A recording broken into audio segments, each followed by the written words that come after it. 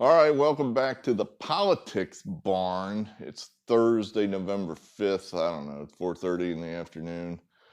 Well, I thought I've been kind of putting this off, and I thought I've got to make a video here to give the election let's put it this way. Let's say election day post-mortem. Uh, the election itself, I think, is going to drag on for another month. Exactly what I told you wasn't going to happen has happened. That the coin landed right on the edge in like multiple states, which I'm thinking, statistically speaking, is very unlikely. But you've got contested elections all over the place. Anyway, I'm here to give you a few thoughts. I have no notes. I'm just going to talk off the top of my head. I appreciate all my loyal subscribers that want to hear what I have to say. It's kind of flattering. Um, Ernie Shaw, I believe was the name. He had a nice comment to say that I bought my wife a Biden cookie. Um, uh, uh, I'm smart, Ernie. I'm not that classy. I'm just smart. How about that? And I'm not sure, I'm wrong on everything, so I'm not sure I'm that smart either. Maybe I'm just instinctive. How about that? I instinctively know that my life is going to become significantly worse if I buy my wife, who's a Democrat, a Trump cookie. Actually, I think that's just kind of rudimentary marriage 101, isn't it? I don't know. Anyway, so appreciate the nice comments from Ernie. Eric, you want me to put all kind of stuff on the whiteboard. Uh, you know, I, I, I don't think we're going to quite get to that level. But I do appreciate all the loyal subscribers here that want to hear me talk about politics. So what's happened? I guess we'll start there. Well, we lost. I think that's what's happening. I don't think it's official yet. I think there's still a chance that we may somehow draw that inside straight. If you watch Texas Hold'em on TV ever, we got maybe two outs, out of a card deck of maybe 45 remaining cards. There's probably a 5% chance we might somehow squeak through here somehow. Um, you know, it I watched the election returns, and at first, my first blush was we're getting beat, and then I started to get optimistic, where it's like we're going to win Florida, and we're going to win it by a bigger margin than we did last time, I think. So now I'm starting to feel okay. But now, some states and it was impossible. It was just impossible to watch these returns because you had no idea what votes were being counted. In other words, you've got a big batch of walk-in election day votes. Those are all Trump votes. Then you got this big bag of mail votes over here. That's all Biden votes. And you have no idea which ones are being counted. So the next one I watched was North Carolina because I'd heard one of the TV stations say that they had before the election, counted up all of the Biden votes. So those were posted immediately. So now Biden's got a lead. But it doesn't look like the lead's big enough. So I'm watching the returns come in. Trump passes him. All right, things are still looking good here. I mean, that's but I've heard word that Georgia's going to be closer than it should be. It's like, God damn. And then I'm watching the Midwest, and again, Trump's now starting to run up a lead in all these states, and I'm feeling okay here. But I kind of know these Biden votes, are out there somewhere. They're still out there, a lot of them. Then he loses Arizona, and that was discouraging right away when 1%. Are we talking fraud or what? I mean, these networks are awful, just awful. I mean, I don't think they prematurely have called a Republican state since 1960, basically. But the Democrat states, I mean, they do this all the time. I think NBC still has Florida going for Gore here in 2020. So they immediately call Arizona for Biden. It's like, what? Oh no! I mean, I kind of was counting on that one. We've lost. Like 3 votes are in. We've lost. Uh, uh, so now I'm not feeling so good, and then it just got worse. I mean, it just the Bush votes all came in, and then the Biden votes started to the margins got smaller and smaller and smaller, and by the end of it, it's like I think we lost. I think we lost. Now the question is, did we really lose? Here are my thoughts on election fraud. I think anybody convicted of election fraud, what is the penalty that's less severe than death? Like 20 years in jail? I think that's what they should get. 20 years in jail, anybody that's involved in election fraud. To me, it's an incredibly serious crime. Of course, that's not how we treat it, do we? Our system, it's almost like oh, ha, ha, ha, that was funny.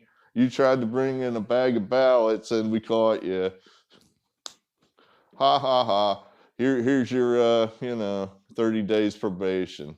That's not what should happen. I mean, if we don't deter the thing, of course, it's going to keep happening, even though I've been told by the Democrats it never happens. So, now what's Trump left with? Well, he's, got to try to win in court, which is damn near impossible. I mean, if you think back to 2000, those youngsters that are watching, Bush won in court in the year 2000, which ultimately sealed his victory. But he was bargaining or arguing from a position of strength. The Democrats never did overcome his lead in Florida. They never found enough votes. And they never did, honestly. They, after it was all over in the years subsequent to 2000, the press went down there and looked and looked and looked, and they couldn't find it. They never did find enough votes down there. Even after they analyzed all the votes after the election, they still never found enough to show that Gore had defeated Bush. So the Democrats were basically making the argument that, well, look, we know it's there. We just need time to keep counting. We just got to keep counting. They said, have you found it yet? Well, no, but it's there, by God. We know we just got to keep counting, only in our areas, of course. But we know it's there, and we're going to keep counting. And the court said, well, look, time's up. You haven't found it yet. Time's up, you lose. Bush was not trying to make Trump's argument, which is basically that they cheated. This is the evidence they're going to bring into the court. They're going to bring in, here's 7 votes with guys that are over 113 years old and they're all dead. All right, so those are all fraudulent votes. Here's 17, maybe 27 more votes where the guy voted twice. Here's maybe another 113 votes where the signature doesn't match. Maybe here's another 58,000, well, I'm exaggerating there. Maybe another 580 votes where they failed to check the box on the secrecy envelope that's got to be checked. So you're going to stack all these maybe 1,400 votes over in the corner and say, these are all wrong. And the court's going to say, okay, so now those 1,400 votes, we subtract that from the total and you're still behind by 9,815 votes. So how... you're still behind 9,815 votes. And the Republicans are going to say, but this is evidence of a systematic fraud. These guys were ginning up votes in the back room. And the court's going to say, where's your evidence of that? And we're not going to have any. We're just not. We're going to have little anecdotal tales. And to prove a conspiracy like what we're talking about, you don't have time. This all has to be done in the next 2 weeks. Because of the statutory deadlines. It's written in that document, that constitutional document. All this shit's got to be done fast. And we're just not going to have time to come up with the evidence. These judges, even the ones that are Republicans that are predisposed to listen to the argument, they need evidence, and we're just not going to have it. That's my opinion. I know that's not what you want to hear. I mean, let's put it this way. I want them to find evidence of this because, yeah, I'm pretty comfortable that some fraudulent things are going on. You know, why is the city of Philadelphia the night after the election say, well, we're all going home and we're not going to count tonight? You got one job to do: count the votes. Why are you taking a night off? What's that about? Where are you going? Why are they not letting the Republican monitors in to watch them count the votes? Even though I'm sure that's see there. To me, if I was a Republican judge, I'd be willing to listen to that. It's like, wait a minute. It says right here in section blah blah blah blah blah blah blah. Monitors must be allowed to watch the counting process. Evidence says that they weren't allowed to watch the counting process. Yeah, I'd be tempted to just rule in Trump's favor just based on that. But then what's the remedy? You know, what do you do? Do you throw out every last vote in Philadelphia County? Obviously, people voted in Philadelphia County. So what's the remedy? You know, how do I split the baby as a judge and do justice when clearly the Democrats didn't follow the procedures? Do I disenfranchise a whole goddamn county of voters because people that, you know, I'm Joe Schmo on the corner of Callaway and Fifth in Philadelphia, and I vote, and I vote for Biden just like I always do. I got no connection to the Democrat leadership in this county who cheated. I don't know that they did it, so I lose my vote now because they cheated. You know, these are all the difficulties that the Trump legal team is going to face. What's the remedy? You know, again, very suspicious things. I mean, I heard the Allegheny County, that's Pittsburgh, they've got maybe 35,000 more mail-in votes to count. They're not counting today. They're taking the day off. Why? Why? That makes no sense at all unless you're cheating. You know, that's the only plausible explanation. You have one job to do: count the damn votes. Get them done immediately. You know, votes in Detroit. You know, once you see the percentages, then you'll know. I mean, in Milwaukee, wards, that's, I guess, a city term for precinct. Wards are coming in with 95% turnout. Bullshit. Bullshit. That sort of thing. You know it's fake. You know that they're ginning up votes. But you can't prove it. You can't prove it. So I think I've often thought that if I was say the independent senator from Pennsylvania, I would try to get a consensus. I'd find something the Democrats really, really want, maybe like higher taxes on rich people. And I'd say, all right, we'll give you that. We're going to give that to you. I think it's a terrible idea, but we're going to give it to you. In exchange, we want you guys to support a law for foolproof federal elections. No more of this nonsense. We're in the 21st century, and we can't count votes in a way that the population feels comfortable that cheating hasn't taken place. This is crazy. It should be a transparent process, completely transparent, no hiding in a back room, and then you come out with a number and you say, well, how justify that number? How did you come up with that? Where are the ballots? Oh, we can't see the ballots. Well, who voted? Where are the lists? Where are the the voting lists? Oh, you can't see that either. You know, it's a black box a lot of times, it seems. And it should be a totally transparent system. I've heard people talk about blockchain. I think that's a Bitcoin term. I can't explain it. I've had it explained to me where I grasped the concept for like 30 seconds and then it went right out of my head again, where it's like, oh, well, okay. But apparently it's an unhackable way of tracking counting or financial transactions as far as Bitcoin goes. So, there are ways of doing it. It's just we've never cared to do it. I mean, I don't think, let's put it this way, the Democrats, I don't think, have any interest whatsoever in it. And the Republicans have never pushed that hard for it either. This mail-in ballot thing in Pennsylvania, this is new. You know, we've never done this before. This is a law they passed just 2 years ago.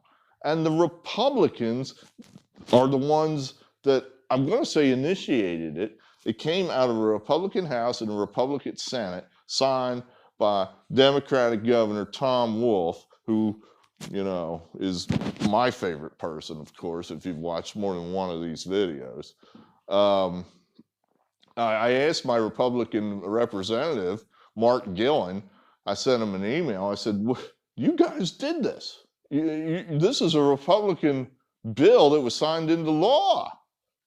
He didn't respond. You know, my guess was the Republicans were thinking, well, we'll be able to harvest more old people votes, you know, because there are people, those old folks that don't want to fill out absentee ballots and don't want to go to the polls.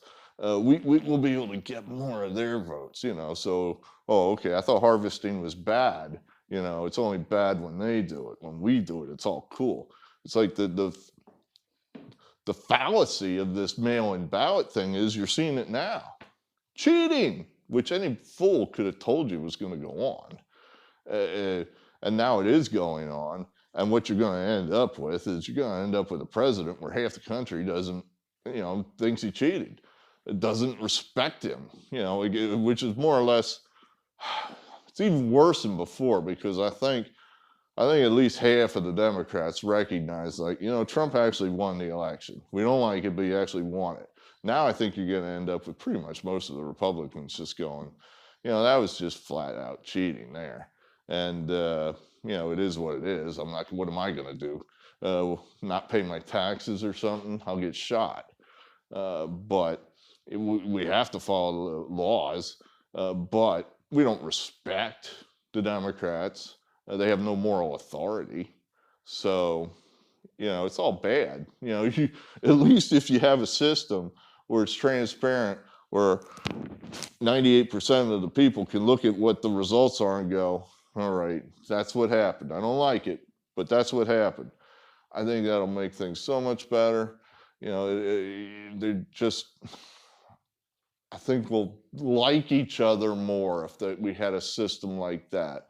Whereas it is now, we just accuse each other of cheating. And I think that's a pretty harsh term, because no one likes to be accused of cheating. So, you know, the Republicans have been accused by the hard left for 4 years.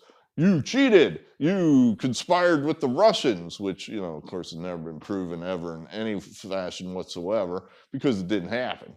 And then now for 4 years, we'll get to accuse the Democrats. Well, we all know you stole the election in 2020.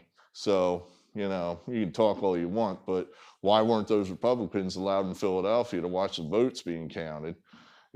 So, you know, we're going to hate them, they're going to hate us, and it's just going to be another big mess. And things get worse and worse and worse.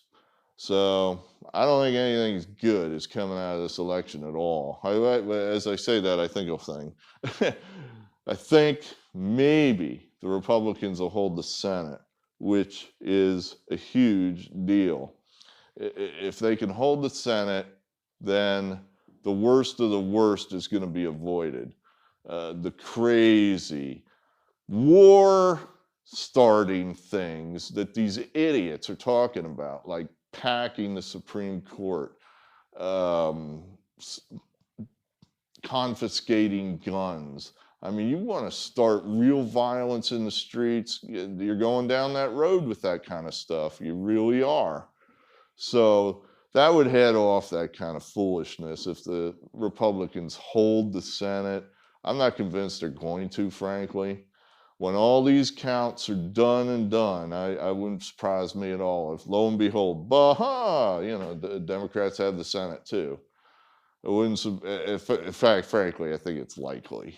So, you know, that's where I said there's nothing good coming out of this. Yeah, there probably is nothing good coming out of this.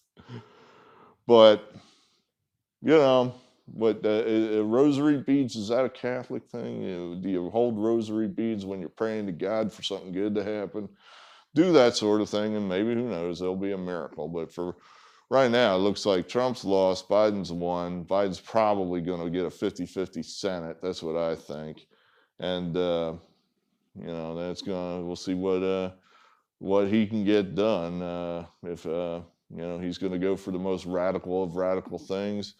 Who knows? Maybe Trump will somehow miraculously win in court. Maybe his crack legal team will be able to come up with compelling evidence that is going to sway a court that cheating has been done on such a scale that they invalidate enough Democrat votes to make Trump the winner. But like I said, I just see that as unlikely. So there you have it. I don't know what else to say, so I'm just going to thank my subscribers again. I haven't decided where to go with this channel yet. I mean, I think there's going to be enough news generated in the next month or so that I can make the periodic video. I know what I don't want to do. I'm not watching the nitty-gritty of every freaking story right now that's coming out. It's too painful. The idea that there's probably cheating going on right now, I don't like it. And there's nothing I can do about it. There's nothing really any of us can do about it. But that's the sort of thing that annoys me. I wouldn't mind this. If they can show me the final tally, and I look at the numbers, and I think it more likely than not that Biden actually had more votes, I'd be okay with that. It's like, all right, I think there was cheating, but I don't think he would have won anyway.